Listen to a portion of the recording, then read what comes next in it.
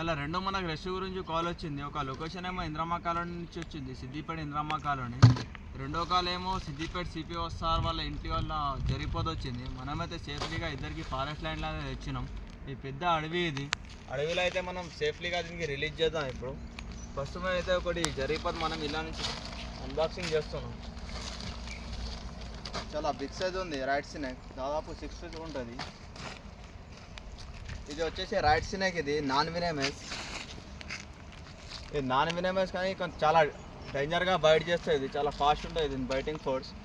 ఇది నాన్ వినమస్. ఇది మన ఇళ్ళలో ఎందుకు వస్తాయంటే రైట్స్ కానీ ఎలుకలు కానీ చిన్న చిన్న ఇన్సెక్ట్ అవి తింటాయి. అది దానికోసం మన ఇంట్లో వస్తాయి. ఇది చూడంగానే చాలా పెద్దగా ఉంటాయి, అందుకే అందరు చూసి దీన్ని భయపడతారు. దీన్ని ఎట్లా గుర్తుపెట్టాలంటే దీని మీద కొంచెం బ్లాక్ స్పాట్స్ ఉంటాయి. దాన్ని చూసి మనం జరిగిపోదని గుర్తుపెట్టుకోవాలి. మనమైతే దీనికి ఇప్పుడు సేఫ్లీగా రిలీజ్ చేస్తున్నాం ఫారెస్ట్ ల్యాండ్లో.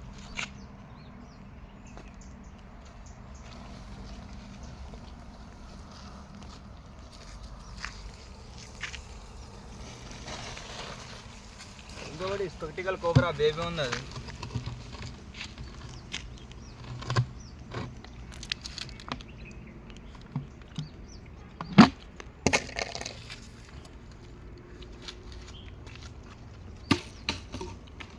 ఇది ఇండియన్ స్పెక్టికల్ కోబ్రా. అది ఇలా యూరోడాక్స్ మినిమం ఉంటుంది.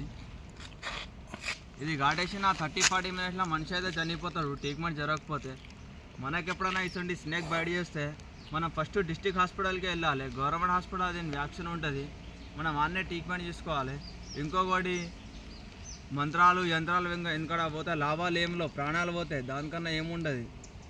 ఇది కూడా సేమ్. ఇది కూడా మన ఇళ్ళలో ఎందుకు వస్తాయి, చిన్న చిన్న కప్పలు కానీ ఎలుకలు కానీ తినేందుకు వస్తాయి. చాలా కూల్ ఉంటాయి. నాగంపాం దీని మీద కాలు పడితేనే బయట చేస్తాయి. మన ఇంత దగ్గర ఉన్నా కానీ బయట చేస్తలేదు. ఎందుకు బయట చేస్తలేదు దానికి తెలుసు, మనం దానికి ఏం కూడా హామీ చేయమని, అందుకని బయట చేస్తలేదు.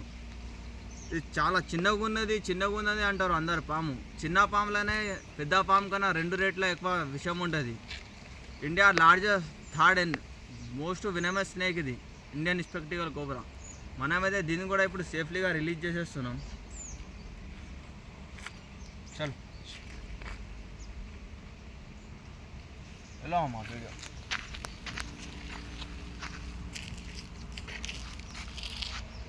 ఓకే మామ, జై హింద్, జై భారత్. నా వీడియోకి సపోర్ట్ చేయండి, లైక్ చేయండి, షేర్ చేయండి.